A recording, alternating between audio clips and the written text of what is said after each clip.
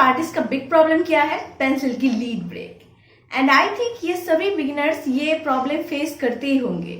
In fact मैंने भी जब ड्राइंग करना स्टार्ट किया था तो मेरी पेंसिल की लीड भी बहुत ज्यादा टूट जाती थी और शेडिंग भी अच्छी नहीं होती थी। तो इसका एक मेन रीजन था क्योंकि मैं ये नॉर्मल शार्पनर यूज करती थी। तो नॉर्मल शार्पनर से मैं जब शार्प करती थी पेंसिल तो मुझसे अच्छे से शेडिंग भी नहीं हो पाती थी। तो ये एक और प्रॉब्लम थी, लीड तो ब्रेक होते ही थे, साथ ही साथ शेडिंग भी अच्छी नहीं होती थी। तो इसीलिए मैंने धीरे धीरे कटर का यूज करना स्टार्ट किया और कटर से बहुत ही अच्छे से पेंसिल शार्प होती है। आप कोई भी पेंसिल शार्प कर लो, ग्रेफाइट पेंसिल, चारकोल पेंसिल तो आप नॉर्मल शार्पनर से शार्प कर ही नहीं पाओगे, उसके लिए आपको कटर का यूज ही करना पड़ेगा। तो चलो देखते हैं पेंसिल अच्छे से शार्प किस तरीके से किया जा सकता है। तो पहले तो हमें चाहिए एक कटर, ये मार्केट में इजीली अवेलेबल है, इसका प्राइस है 10 रुपीज़। और चाहिए आपको सैंड पेपर। तो अब मैं आपको ये पेंसिल शार्प करके दिखाऊंगी। ये HB पेंसिल है और कटर को हम इस तरीके से निकाल लेंगे थोड़ा सा। अब आपको हाथों की जो पोजीशन है इसको ध्यान से देखना है। आपको लेफ्ट हैंड से पेंसिल को इस तरीके से पकड़ना है एंड राइट हैंड से आपको कटर को इस तरीके से फ्लैट तरीके से पकड़ना है। राइट थंब को इस तरीके से ब्लेड के ऊपर रखें एंड लेफ्ट थंब को राइट थंब के ऊपर इस तरीके से रखें। इससे क्या होगा, आपकी कटर के ऊपर प्रेशर जो है कंट्रोल में रहेगी।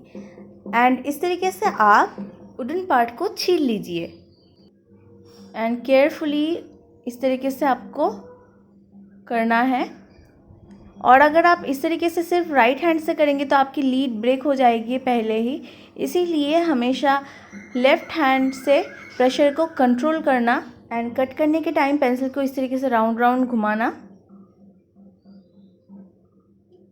एंड आराम से करना।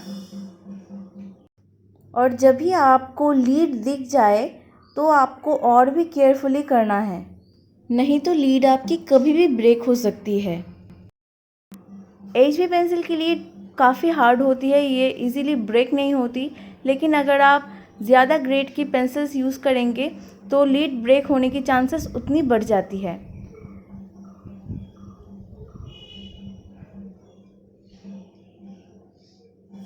तो इसी तरीके से हमें लीड को निकालना है। आप इसमें जितना चाहे उतना छील सकते हैं।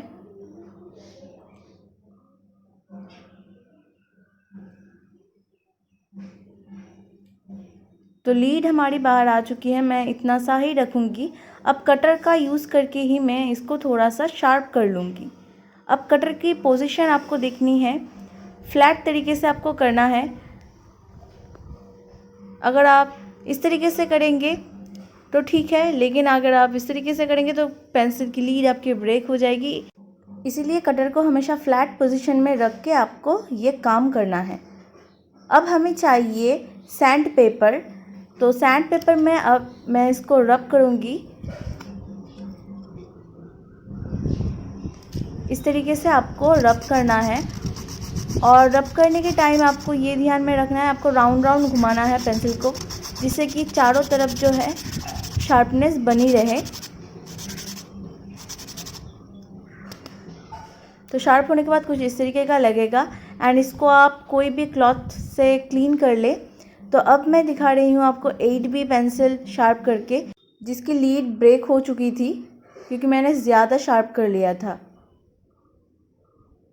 और यहाँ पर आपको और भी केयरफुली करना है क्योंकि ये 8B पेंसिल है और इसकी लीड काफ़ी सॉफ्ट है।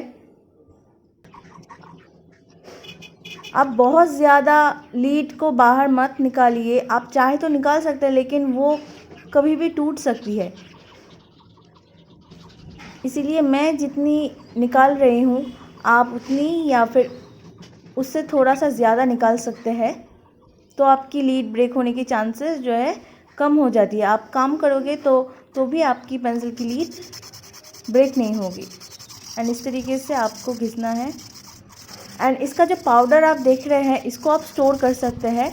मैं इसको स्टोर भी करती हूँ और अपने आर्ट वर्क में आप यूज़ कर सकते हैं। तो शार्प करने के बाद कुछ इस तरीके का लग रहा है दिखने में। मैं अब आपको एक स्केच दिखाऊंगी जो कि मैंने बहुत दिनों पहले बनाई थी, और उस टाइम मैं नॉर्मल शार्पनर से ही पेंसिल को शार्प करती थी, तो आपको डिफरेंस देखने को मिलेगा। तो ये स्केच मैंने बनाई थी, आपको लाइट की वजह से शायद दिख नहीं रहा होगा, मैं बैक कैमरा में आपको दिखाती हूँ अच्छे से। तो ये आपको दिख रहा होगा, पैचेस दिख रहा होगा, ये देखिए बीच बीच में पैचेस है बहुत। और मैंने तब अच्छे से ब्लेंड भी नहीं किया था। ड्राइंग तो काफ़ी अच्छी थी, लेकिन शेडिंग जो है, शेडिंग अच्छी नहीं हुई थी। मैंने जब अच्छे से शार्प करके पेंसिल को स्केच बनाया था, तो वो मैं आपको दिखाती हूँ। तो ये वाला आर्टवर्क मैंने पेंसिल को अच्छी तरीके से शार्प करके बनाई थी, और इसको मैंने ऑलरेडी फ्रेम भी करवा लिया है। लेकिन आई थिंक आपको दिख रहा होगा इसकी स्मूथनेस कितनी है, पैचेस भी आपको नहीं दिख रहे हैं यहाँ पर। तो कुछ इस तरीके का डिफरेंस आपको दिखने को मिलेगा जब आप शार्पनर से नहीं, कटर से पेंसिल को शार्प करेंगे। अब ऐसा नहीं है कि आप कटर से शार्प करोगे तो आपकी पेंसिल की लीड ब्रेक ही नहीं होगी, लेकिन हाँ, अगर आपने प्रेशर कंट्रोल करना सीख लिया है एंड अगर आप धीरे धीरे शार्प करते हो, तो लीड ब्रेक होने के चांसेस जो है 90% तक कम हो जाती है। एंड कटर से शार्प करने का एक और बेनिफिट है कि आपको बार बार पेंसिल को शार्प नहीं करना पड़ेगा। अगर आपने एक बार शार्प कर लिया तो वो बहुत दिनों तक चलेगी एंड लीड भी आपकी ब्रेक नहीं होगी और शेडिंग भी आपकी काफ़ी स्मूथ होगी। सो आई होप ये वीडियो आपके लिए हेल्पफुल रही होगी। एंड अगर ये प्रॉब्लम आपको भी थी तो इस तरीके से आप शार्प करके देखना। आई होप कि आपकी प्रॉब्लम जो है सॉल्व हो जाएगी। और बिना ट्राइपॉड के मैं कैसे वीडियो शूट करती हूँ, तो वो वीडियो अभी तक आपने अगर नहीं देखा है तो नीचे आपको दिख रहा होगा, तो वहां पर जाके आप उसको देख सकते हैं। तो जल्दी मुलाकात होगी नेक्स्ट वीडियो में, तब तक के लिए बाय बाय।